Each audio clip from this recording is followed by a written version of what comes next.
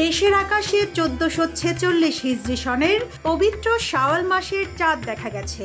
ফলে সোমবারে সারা দেশে পবিত্র ঈদ উল ফিতর উদযাপিত হবে। রোববার সন্ধ্যায় জাতীয় মসজিদ বাইতুল মোকাররমে ইসলামিক ফাউন্ডেশনের সভাকক্ষে চাঁদ দেখা কমিটির সভা শেষে এই ঘোষণা দেওয়া হয়। কমিটির সদস্যদের নিয়ে গঠিত এই সভায় সভাপতিত্ব করেন ধর্ম বিষয়ক মন্ত্রণালয়ের উপদেষ্টা ডক্টর আফম খালিদ হোসেন।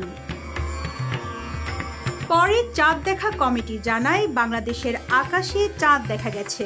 সেই প্রেক্ষিতে একই ভৌগোলিক অঞ্চল হওয়ায় বাংলাদেশের সঙ্গে পাকিস্তান, ভারত সহ দক্ষিণ এশিয়ার দেশগুলোতেও সোমবার ঈদ উল ফিতর পালিত হবে। ঈদের তারিখ চাঁদ দেখার উপর নির্ভর করে এবং তা প্রতি বছরই পরিবর্তিত হয়। সাধারণত চান্দ্রমাস 29 বা 30 দিনের হয়, তাই মুসলমানদের সাধারণত ঈদের আগের রাত পর্যন্ত অপেক্ষা করতে হয় ঈদের তারিখ নিশ্চিত হওয়ার জন্য। শাওয়াল মাসের চাঁদ দেখা যাওয়ায় এবার 29টি রোজা শেষে ঈদ উদযাপিত হচ্ছে।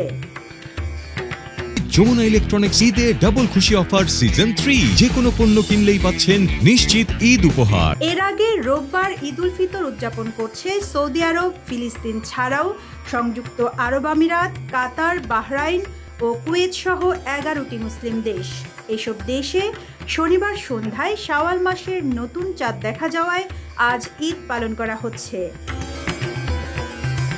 বাংলাদেশে চাঁদ দেখা কমিটির বৈঠক বসার আগেই সংযুক্ত আরব আমিরাত ভিত্তিক আন্তর্জাতিক জ্যোতির্বিদ্যা কেন্দ্র জানায়, রোববার বাংলাদেশে চাঁদ দেখা যাবে আর সোমবার ঈদ উল ফিতর উদযাপিত হবে।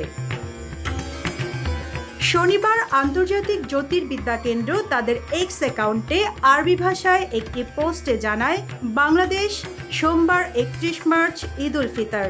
বাংলাদেশে এখন সূর্য অস্ত গেছে। আজ সেখানে 28 রমজান। রোববার দেশটিতে খালি চোখে চাঁদ দেখা যাবে।